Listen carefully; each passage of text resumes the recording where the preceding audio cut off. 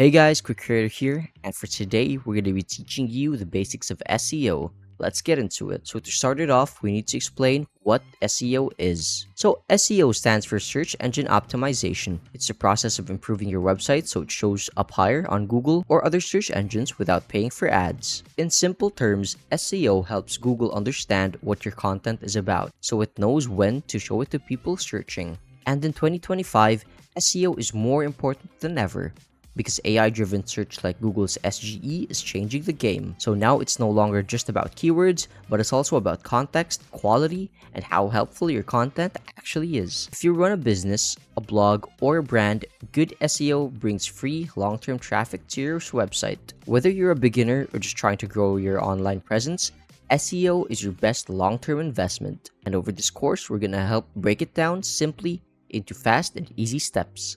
Get ready to master the basics of SEO and rank higher with QuickCreator. Thanks so much for watching, and I'll see you on the next one.